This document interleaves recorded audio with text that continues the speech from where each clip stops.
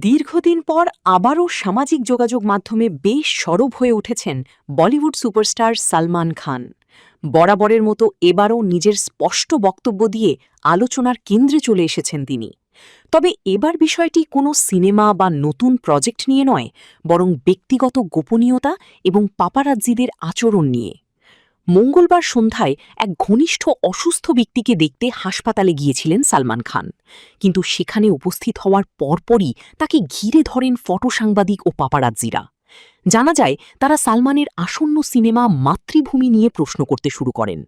সামাজিক যোগাযোগ মাধ্যমে ছড়িয়ে পড়া একটি ভিডিওতে দেখা যায় এই ঘটনায় বেশ বিরক্ত এবং ক্ষুব্ধ হয়ে পড়েন এই অভিনেতা। পরে হাসপাতাল থেকে ফিরে নিজের সামাজিক যোগাযোগ মাধ্যমে একের পর এক পোস্টে ক্ষোভ প্রকাশ করেন সালমান।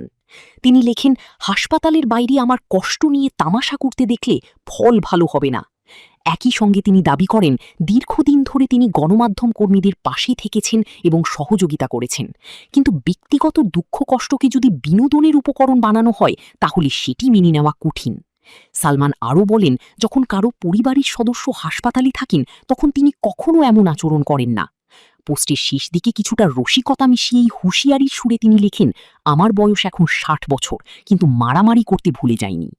এদিকে আলোচনার মধ্যেই সালমান খানের নতুন সিনেমা নিয়েও রয়েছে ভক্তদের আগ্রহ। তার বহুল প্রতীক্ষিত সিনেমা মাতৃভূমির মুক্তির নতুন তারিখ এখনও ঘোষণা হয়নি। তবে এর বাইরে প্রযোজক দিল রাজু এবং পরিচালক ভামসি পাইডিপাল্লির নতুন একটি বড় বাজেটের সিনেমাতেও কাজ করছেন তিনি। ফলে ব্যক্তিগত বিতর্কের পাশাপাশি পেশাগত ব্যস্ততাও সমান তালে চলছে বলিউড ভাইজানের।